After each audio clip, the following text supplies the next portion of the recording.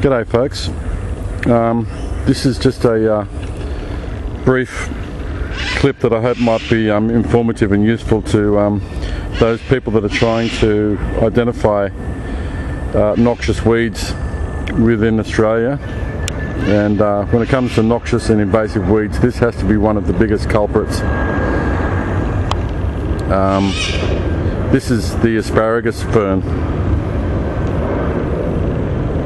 It comes under a lot of different names, I've noticed, probably because there are so many varieties of it. Asparagus aeothipicus, that's hard to say. Asparagus Africanus, which alludes to the fact that it is from Africa. I think it probably came over as an ornamental shrub or something in pots. It's one of those back fence jumpers, similar to your Japanese honeysuckle and the morning glory vine. But this, I don't even know why. I mean, it's probably part of that whole naturalization movement when birds like the sparrows and things were brought over too. Anyway, look, this is the asparagus fern. It has a crown that comes out with these like long canes, like a small version of a blackberry or something like that, but it's rhizomous as well. So the fibrous roots under the ground will spread right out. It has a thorny stem, so why the hell you would want to grow this anyway is beyond me. Once it gets a foothold, I'm in a patch of native bush here, the odd eucalyptus and pittosporum, and there's some lavender and things like that. But if you look, this stuff just forms a mat in which even grass won't penetrate or grow up through it once it's established. In late winter, early spring, it fruits, comes out with a really scarlet berry, which is very attractive to birds, of course. It has, each berry has about anything up to half a dozen little black seeds in it. The birds love the red colour, so they'll eat it, and that is how it's spread. But once it gets a foothold, as I said, it's rhizomous, so it's an invasive, noxious, horrible weed. It's been declared a weed of great national significance. I believe it's even in New Zealand now. So it either got there via humans or birds flying across the Tasman have deposited their droppings in New Zealand, and it's taken a foothold there too. Now that is a big worry. In Africa, where this came from, I guess it had natural predators that kept it under control. And there's so many herbivores and ruminants over there that something may have grazed on this. In Australia, nothing will. As I said, apart from birds eating the berries, which is the cause of its destructive spread. Glyphosate in very concentrated quantities, I think, may damage this. When I did my chem cert half a dozen years ago or so, did all that work getting qualifications to use chemicals, and in the long run the only thing that really helped was getting in there with elbow grease, gloves, mattocks, spades, digging it out by the roots and piling it up on tarps, or sandwiched between two tarps, and letting it rot down and dry out until the point where you could safely dispose of it in garbage bins and or burn it, which was my preferred way of doing it. I pulled out a little bit. Where is it? On this stump here, hang on. Yeah, here we go. This is one of the reasons why it grows so prolifically and heartily. I'm getting a bit of light here. Okay, you can see the tubers on this. Now this is a tiny little plant, a little baby one I pulled out.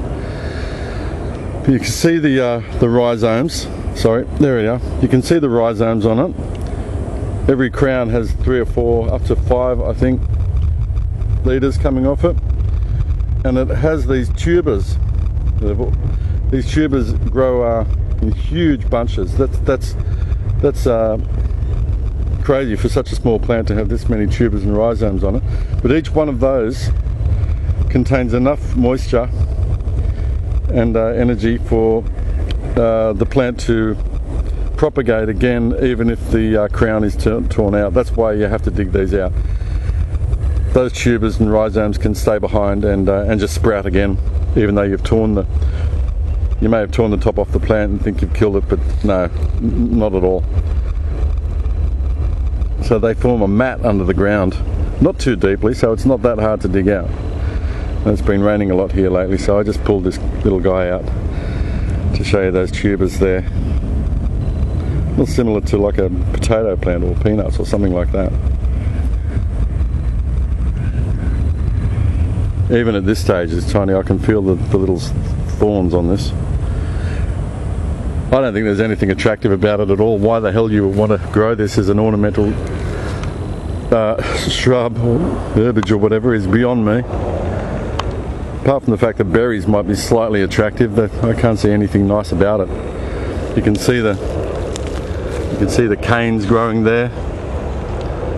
They spread out. I don't know whether this is picking up the nasty little thorns that grow at the junction of each branch of the cane. Might be able to pick it up there. Yeah, you wear gloves when you're dealing with this. If you find it in your local parks or whatever, get in touch with your council. Like I said, the CSIRO have declared this a weed of significance. I think it's piteous that nothing's been done around here and it's just getting out of control. All that, look at it all. Unbelievable. You have to get onto this sooner rather than later, or this is what happens. It just forms a mat and blocks out, it just destroys the ground. Chokes everything. What else? I think that was all I had to say about the asparagus fern. Oh, it does get these little white flowers on it, and just before the red berries. The berries are left on the plant, they go black. But the birds love them, and that's how it's spread. And you can't blame the birds. It's up to us to try and eradicate this wherever we see it. It grows mostly, that's another thing, I have not really seen this in, you get right out into the scrub. I mean, I'm in an area of parkland very close to towns and cities and whatnot. It's a suburban area. Well, that's where you'll find it mostly. In the green corridors and patches of parkland around suburbia, inhabited areas. I guess that's because of the, that's where it originated. Right out in the scrub, you won't see it. Thank God. Anyway, that is Asparagus I'm sorry, that's hard to say. Let's say Asparagus Africanus. That's easier. Yes, glyphosate, I don't know, you might be able to use that. There are certain methyl sulfides and that work.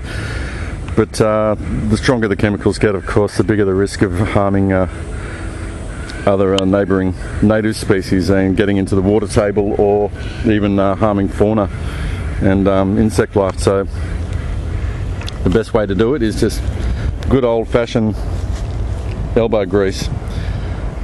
If you see it, pull it out quickly. Don't plant it, whatever you do. That's all I can say. I hope these little clips are informative to those people that want to help keep the bush natural as it should be. That's asparagus fern. It's a horrible, horrible invasive weed. Okay, thanks. See ya.